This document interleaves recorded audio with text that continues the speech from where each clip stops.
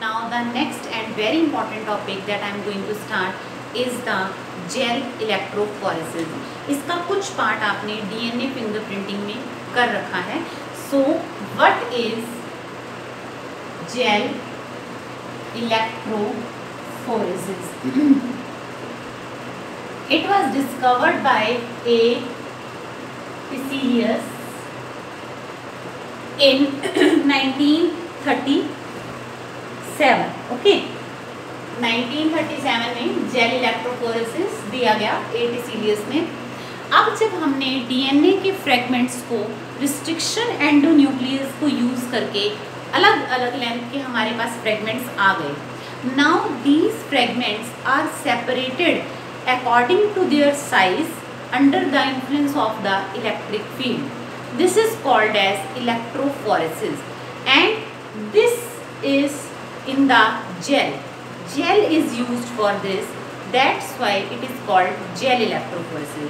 So first let us see what is electrophoresis. Electrophoresis, basically it is a technique of separating the molecules of DNA, RNA or protein according to the size under the influence of electric current. That is called as electrophoresis. And the medium, earlier also I told you, the medium which is used, it is the agarose. And this agarose, what is agarose? That is obtained from the seaweeds.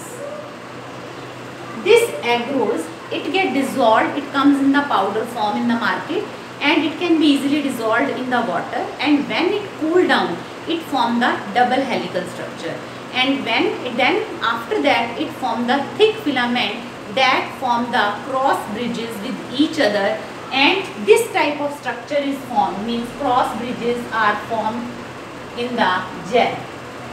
Okay, and the pore size of the gel that depend upon the concentration of the agarose.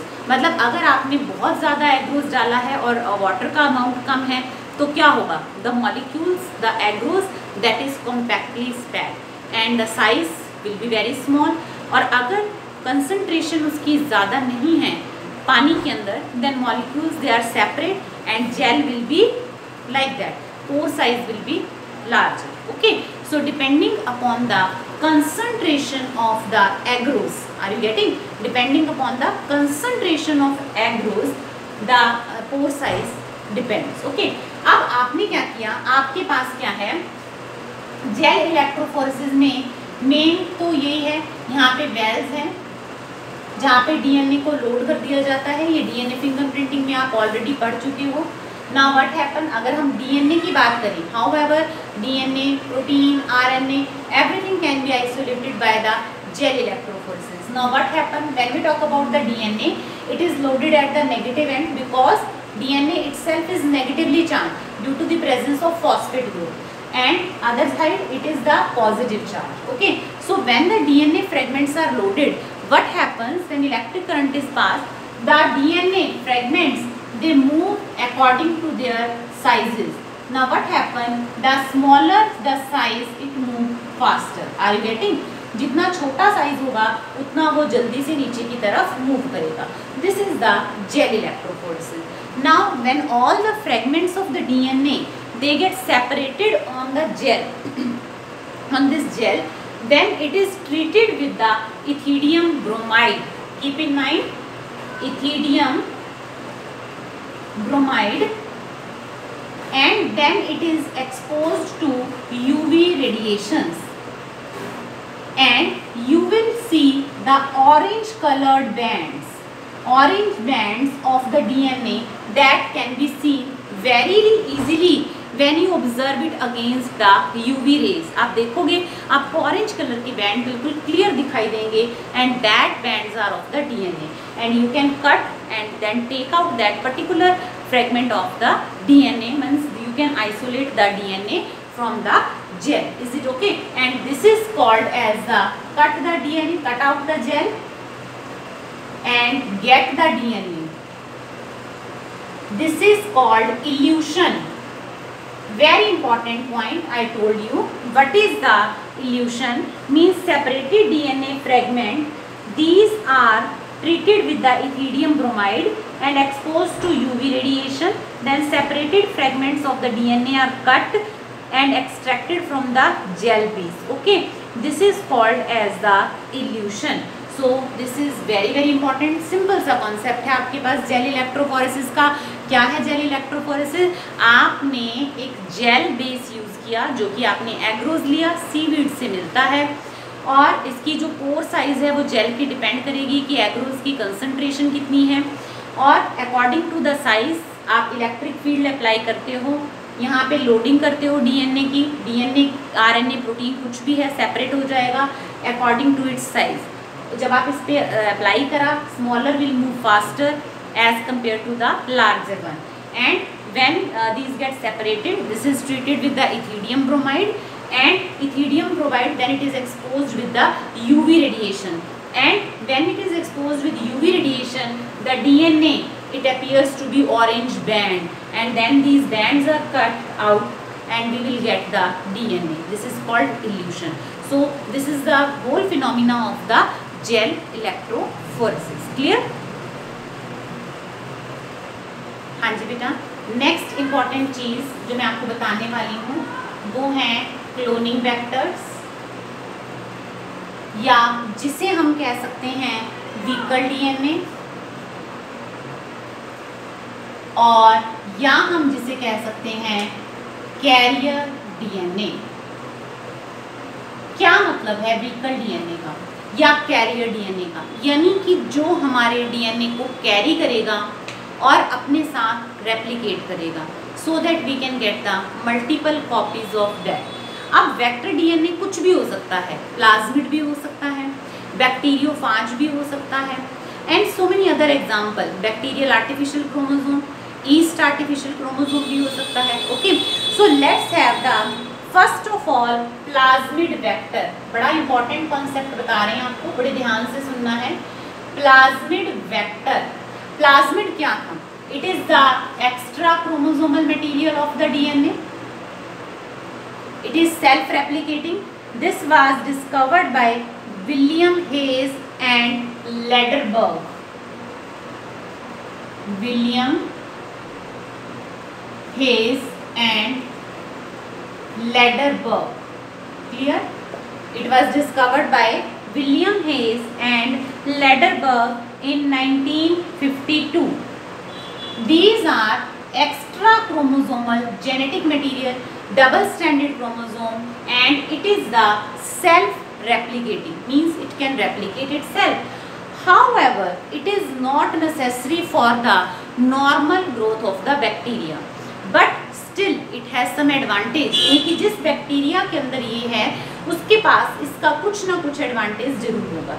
हो सकता है ये उस particular bacteria को किसी एक particular antibiotic के लिए रेजिस्टेंस प्रोवाइड कर रहा हो. Okay, so means for the normal growth, however this plasmid is not required. However it is self replicating. It can make its own copies. It can provide resistance to the bacteria for the particular antibiotic. Okay, so let's have the discussion on the very first artificially constructed PBR 322. बहुत important concept मैं आज आपको बताने वाली हूँ. This is the first artificial cloning vector. Artificial cloning vector. बड़े ध्यान से आपने देखना है क्या है artificial cloning vector.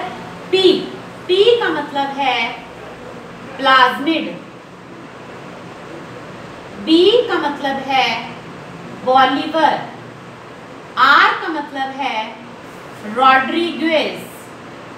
और 322 मीन्स नंबर, कि कितने नंबर पे, given to distinguish the plasmid from the other developed plasmid. मतलब 372 है, 322 है, 352 है, उन सब से डिफ्रेंशिएट करने के लिए नंबर ऑफ प्लाज्मिड है ये. P का मतलब प्लाज्मिड, BR का मतलब बॉलिवर एंड रॉड्रिगेज, जिन्होंने ये फर्स्ट आर्टिफिशियल प्लाज्मिड कंस्ट्रक्ट किया. ओके, अब इसके अंदर क्या है, let's have the discussion over the structure of the plasmid. This is the plasmid.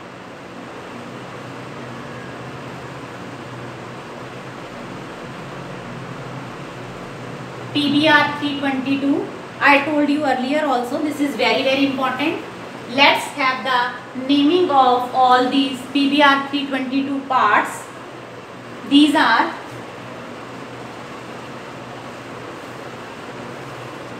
हाँ जी बेटा, तो ये है आपके पास PBr 322 का डायग्राम, जो कि आपको बहुत अच्छे से आना चाहिए क्योंकि ये मोस्ट इम्पॉर्टेंट क्वेश्चन है बायोटेक्नोलॉजी के लिए। क्योंकि मैंने आपको बताया दो इंपॉर्टेंट बातें हैं, एक प्लाज्मिड और दूसरा रिस्ट्रिक्शन एंडोन्यूक्लियस। रिस्ट्रिक्शन एंडोन्यूक्लियस जो हमने ऑलरेडी बहुत डिटेल में कर लिया है, this is plasmid, this is the artificially constructed plasmid by the Bolivar and Rodriguez. क्या है, यहाँ पे दो पार्ट है प्लाज्मिड के मेन, एक है एम्पिसिलिन रेजिस्टेंस और एक है टेट्रासाइक्लिन रेजिस्टेंस। यानी कि मैंने आपको बताया था कि प्लाज्मिड बैक्टीरिया को पर्टिकुलर एंटीबायोटिक के लिए रेजिस्टेंस प्रोवाइड करता है। तो ये देखो, ये जो इसका पार्ट है प्लाज्मिड का, this is responsible for the resistance to the ampicillin and the tetracycline. Okay, फिर प्लाज्मिड के अंदर यहाँ पे है ओरी रीजन, ओरी यानी कि जहाँ से ओरिजिन ऑफ रेप्लिकेशन होता है, इसके बिना रेप्लिकेशन नहीं हो सकती। फिर यहाँ पे एक है आरओपी, फिर आपको यहाँ पे कुछ साइट दिखाई देंगी, ये देखो क्लीवेज साइट, आपको याद है मैंने बताया था इको R1, यू रिमेम्बर, एक रिस्ट्रिक्शन एंडोन्यूक्लियस की साइट है। तो eco R1, PVU1, PST1, BAMH1, SAL1, these all are the restriction sites, means these are the sites where the endonuclease can come and can produce the cut. ये सारी restriction sites हैं, these eco R1, PVU1, BAM1, these SAL1, these all are the sites for the action of restriction endonuclease. So you must learn this plasmid vector diagram. By 2-3 times you should draw this diagram. Then I will explain you what are the important features of the vector. यानी कि किसी भी vector के लिए important features क्या हैं। आपको इसमें important बात क्या समझ आ रही है, ओरी रीजन का प्रेजेंट होना, एम्पिसिलिन रेजिस्टेंस और टेट्रासाइक्लिन रेजिस्टेंट यहाँ प्रेजेंट है, ज़रूर कुछ रोल प्ले करेंगे, और ये यहाँ पे क्लीवेज साइट्स का प्रेजेंट होना। Okay, so this is all about the plasmids. Clear?